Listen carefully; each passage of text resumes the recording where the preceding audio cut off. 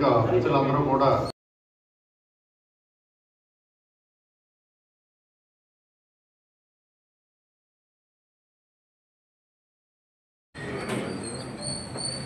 నేను తలపెట్టినటువంటి ఈ గోవధ విషయాలు గోసంతతిని కాపాడమని హిందూ దేవాలయాలు ధర్మ సంస్థల్ని పరిరక్షించమని కోరుతూ మేము చేసేటటువంటి ప్రయత్నం ఫిబ్రవరి నుంచి ప్రారంభమై ఇవాళ జూలైలో వచ్చింది.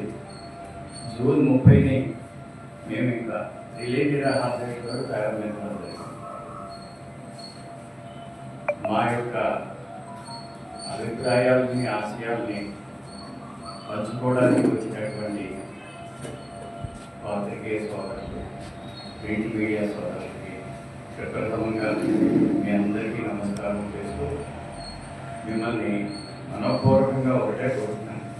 మేము చేసేటటువంటి ప్రయత్నాన్ని అది మీరు దిగ్విజయం జరిగేటట్టుగా మీ చేతుల్లో ఉన్న ప్రయత్నాలు మీరు చేసి మాకు సహకరించి మనం గోజాతిని కాపాడుకునేటటువంటి విషయంలో మనం అందరం కలిసి కృషి చేయాలని కోరుకుంటున్నాం.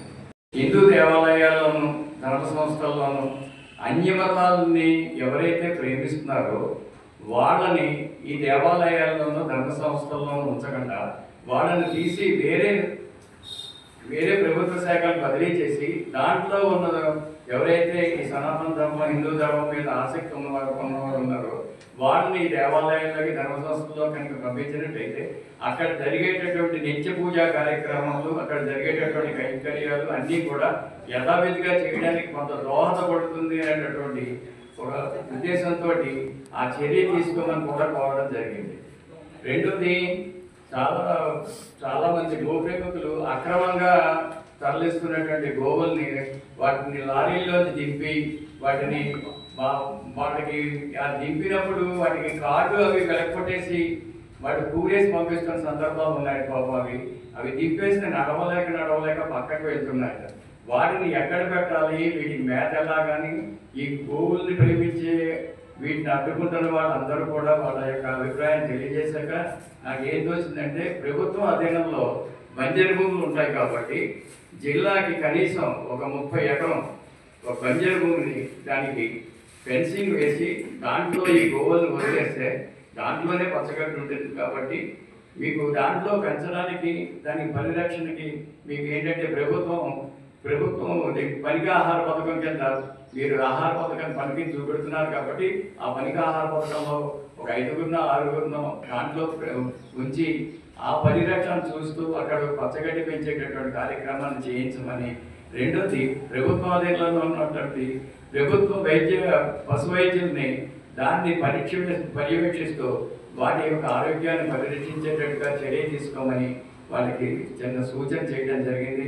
ఆ సూచన చాలా బాగుందని చెప్పి వెంటనే ఎండోమెంట్స్ కమిషనర్ గారు మనకి లెటర్ కూడా పంపించి ఇది మొత్తం అంతా రాష్ట్రం అంతా నేను దేవాలయాలు పంపిస్తున్నానని చెప్పి మనకి ఆ కాపీ కూడా పంపించారు వాళ్ళు.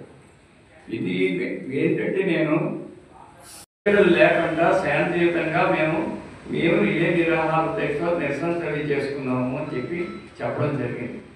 మనం ఎంతసేపు ఏంటంటే శాంతియుతంగా చేస్తే ప్రభుత్వానికి కనిపి పోవదేమో అని అనిపిస్తోంది. ఇంకా మనం అలా చేయాలా, అలా చేసి ప్రజా జీవితాన్ని స్తంభింపజేసే పరిస్థితుల్లో తీసుకెళ్ళి రవాణా సౌకర్యాలు లేకుండా నిలబెట్టేసి తోటి ప్రజలకి అసౌకర్యాన్ని కల్పించాలా అనే పరిస్థితి గురించి ఆలోచించి ఆ పరిస్థితి రోడ్డు ఎక్కకూడదు మనం అనేటటువంటి ఒక ఉద్దేశంలో శాంతియుతంగానే చేద్దాం, కంగారు వద్దని మేము 4 నెలల నుంచి ఆలోచిస్తున్నాం.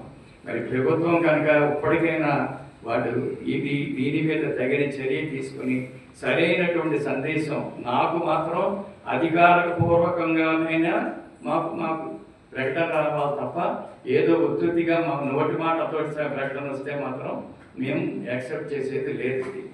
ఇది ఎవరు వచ్చి చేస్తారు, ఎవరు చేస్తే మీకు అనుకూలంగా ఉంటుంది, మీరు ఎప్పుడు విరమిస్తారని ఇన్ఫర్మేషన్ డిపార్ట్మెంట్ వాళ్ళు వచ్చి అడిగితే వ్యక్తులతో సంబంధం లేదు, ప్రకటనతో సంబంధం అని చెప్పాను నేను.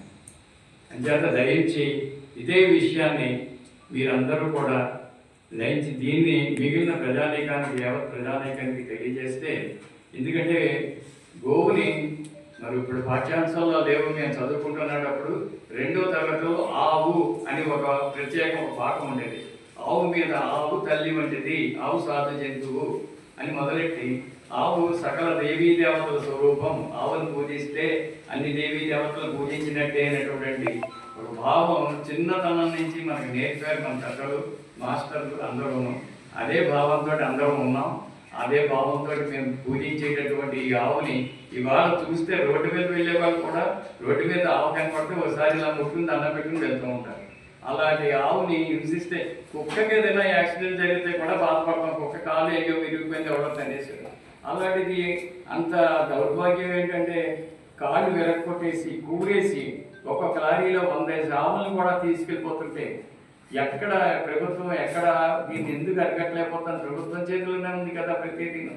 చెకింగ్ చేయడం అనేది వాళ్ళ దృష్టిలో లేకుండా ఎక్కడ జరగదు కదా.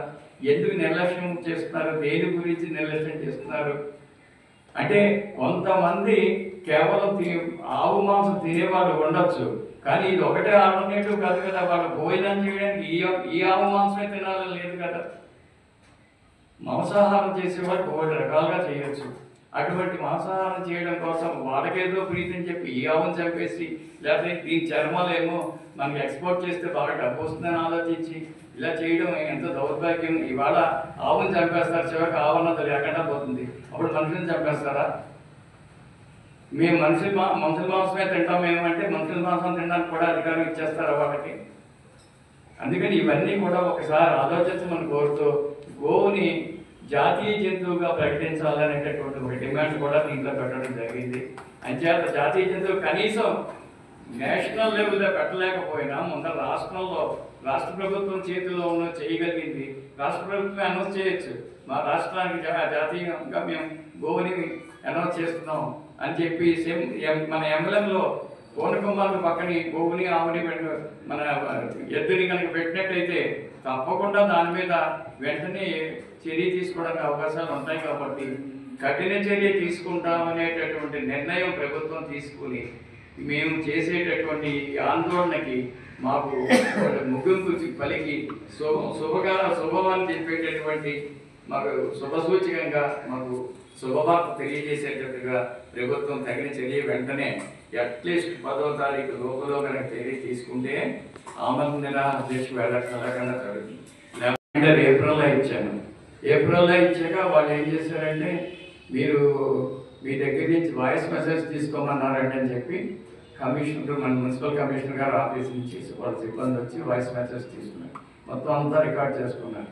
రికార్డ్ చేసుకున్నాక అప్పుడు ఈ గూగుల్ దాని మీద ఎండోమెంట్స్ కమిషనర్ గారు నాకు సర్క్యులర్ది కాపీ పంపారనమాట.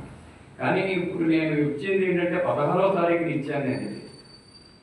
ఇవాళ మనం రిలే నిరాహార దీక్ష ప్రారంభించడానికి ముందర అల్టిమేట్గా 16వ తారీఖుని పంపిస్తే ఇప్పటి వరకు చూసి 30వ తారీఖు లోపల కనుక మీ దగ్గర నుంచి అనుకూలమైనటువంటి ప్రకటన అధికారపూర్వకంగా ప్రకటన కనుక రాకపోతే 30వ తారీఖు నుంచి మేము రిలే నిరాహార దీక్ష చేస్తామని, ఈ రిలే నిరాహార దీక్ష కూడా వచ్చే నెల అంటే ఈ నెల 10వ తారీఖు వరకు చూసి 10వ తారీఖు లోపల కనుక ప్రకటన కనుక వెలువడకపోతే మేము నిరవధిక నిరాహార దీక్షలో కొనుక్కొని ఆమరణ నిరాహార దీక్ష చేస్తాము అని చెప్పి తెలియజేయడం జరిగింది. కానీ మరి దానికి కూడా ఏ విధమైనటువంటి వాళ్ళ దగ్గర నుంచి స్పందన రాలేదు. నేను ఆశ ఏంటంటే మనకి భారతదేశంలో ఇప్పుడు ప్రధానమంత్రిగా ఉన్నవారు నరేంద్ర మోడీ గారి ఆశ, మన రాష్ట్ర ముఖ్యమంత్రి చంద్రబాబు నాయుడు గారి మీద ఆశ, డిప్యూటీ సీఎం పవన్ కళ్యాణ్ గారి మీద ఆశ. ఎందుకంటే పవన్ కళ్యాణ్ గారు ఓపెన్గా పబ్లిక్ మీటింగ్లో చెప్పారు, సనాతన ధర్మం హిందూ ధర్మం నేను ఫాలో అవుతాను, నేను హిందూ ధర్మంలోనే పుట్టాను, నేను హిందూ ధర్మంలోనే జీవిస్తాను, ఆఖరికి చనిపోయేటప్పుడు కూడా హిందూగానే చనిపోతాను, దీంట్లో తిరుగు లేదు అని ఓపెన్గా డెలిబరేట్గా చెప్పడం జరిగింది. అంచేత ఒక ఆశ అన్నమాట. అక్కడ ప్రధానమంత్రి గారు ఉన్నారు, ఇక్కడ ముఖ్యమంత్రి గారు ఉన్నారు, దానికి సపోర్ట్గా యాక్టివ్గా స్పీడ్గా యాక్ట్ చేసేటటువంటి మనకి డిప్యూటీ సీఎం పవన్ కళ్యాణ్ గారు ఉన్నారు. ఈ విషయంలో వెంటనే స్పందిస్తారనే ఆశతోటి నేను ఈ జూన్లో పెట్టడం జరిగింది. జూన్లో పెడితే మరి ఏ విధంగానూ కూడా నాకు ఎక్కడి నుంచి కూడా నాకు ఏ విధంగా మెసేజెస్ రాలేదు కూడా అక్కడ. అంచేత నేను ఇంకా ఇది మనకి తప్పదు అని రిలే నిరాహార దీక్షలోకి రావడం, ఇప్పుడు 10వ తారీఖు నుంచి ఆమరణ నిరాహార దీక్ష చేయడానికి కూడా సంకల్పంలో నేను దాంట్లో మాత్రం తిరుగు లేదు. ఎట్టి పరిస్థితులను ప్రకటన కనుక రాకపోతే ఏ విధంగా అయితే నేను ప్రభుత్వానికి తెలియజేశాను అదే విధంగా 10వ తారీఖు నుంచి ఆమరణ నిరాహార దీక్ష చేయడం ఖాయం.